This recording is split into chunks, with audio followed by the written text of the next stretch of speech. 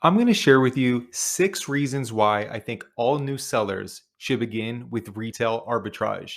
And by the way, if you're new here, this isn't just theory. I've been selling on Amazon for 2.5 years, and for the first 18 months, all I did was retail arbitrage.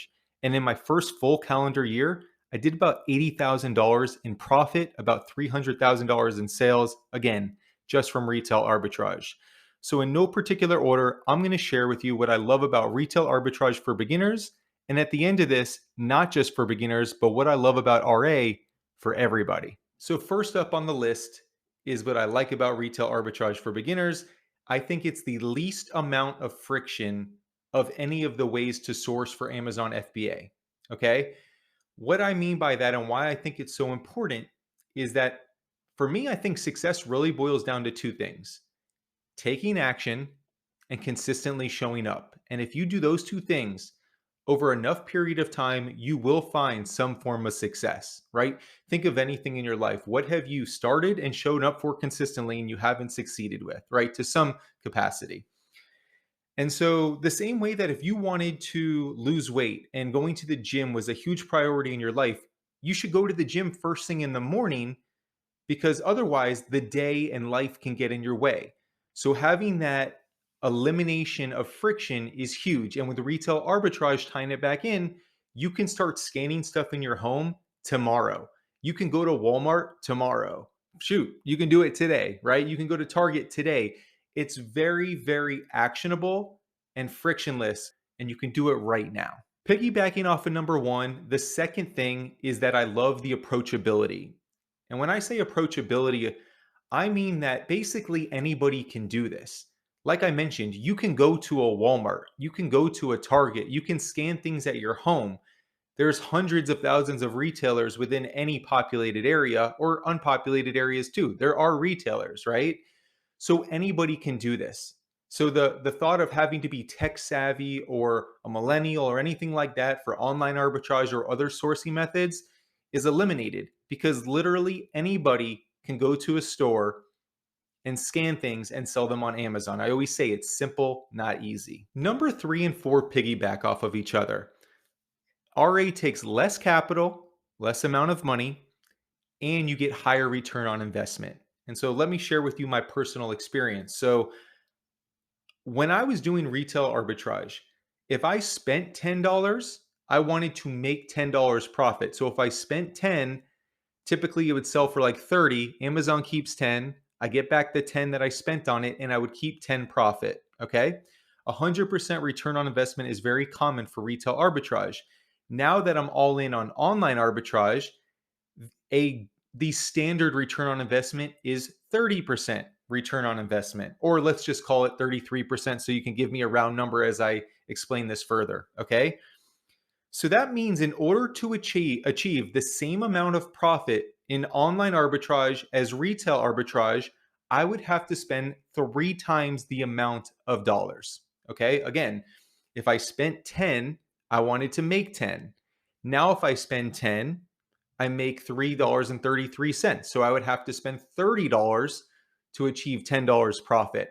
And so for anybody starting off, if you're limited on capital or you don't want to risk as much up front or whatever the case may be, just know retail arbitrage is going to be your least capital intensive of the sourcing methods and also the highest return on investment sourcing methods. Number 5 is less competition.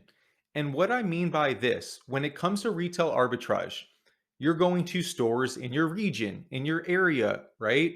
When you do online arbitrage or wholesale or whatever, when you buy things online, you're competing with the globe, right? And by the way, there's a lot of perks to online arbitrage too. I'm just focusing on the positives of retail arbitrage today. But there's a lot less competition, meaning, like, think about if you go to a local grocery chain. I used to go to Publix all the time when I was in South Florida.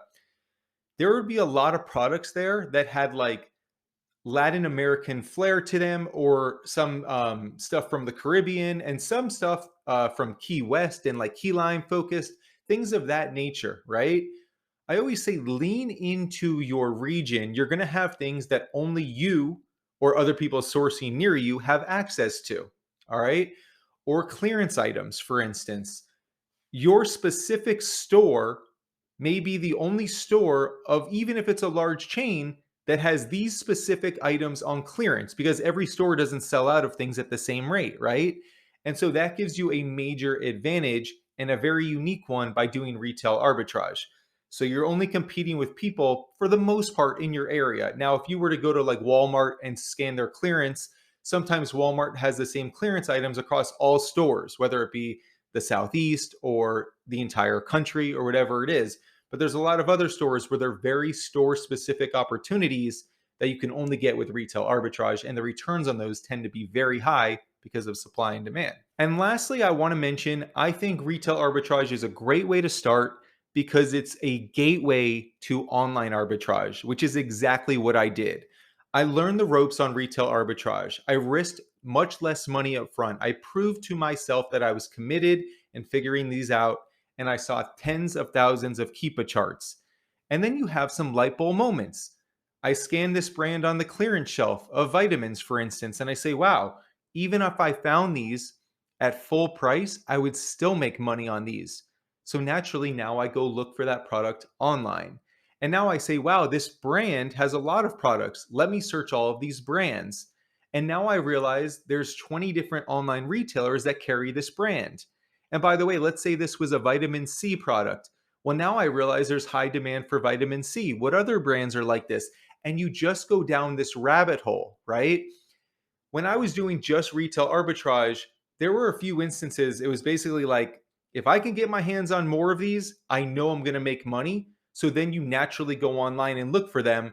But you would go online with an exact shopping list, not just blindly doing it. So you don't really have to be well versed in online arbitrage just to get started this way. And that's why I say it's a great stepping stone to get into online arbitrage if you hope to do that one day. As I mentioned, I wanted to talk about how this can benefit everybody, not just new sellers. So, using me as a testimonial, because I did do RA and now I do OA, but I still do some RA. Like I mentioned, you have to spend way more capital. So, what I used to spend $10,000 a month, let's say, now I'm spending $30,000 to $40,000 a month to achieve the same profit. And so, something that was crossing my mind recently, especially if you're somebody that has a budget, you stick to the budget, and you can spend it well before the month's over. What I would strongly suggest, let's say you have a $30,000 spending budget. If you spend $20,000 by mid-month, well, maybe for the next 2 weeks, just do retail arbitrage, because your return on investment is going to go through the roof relative to if you just did online arbitrage and then you're sitting there and can't spend in your money anyway. And not to mention, although Amazon's great, we still go into the existence of the world, and some retailers, at least at this point in time, like I go grocery shopping. Why not try to subsidize my groceries and still scan the clearance sections every time I'm out for a couple minutes, right?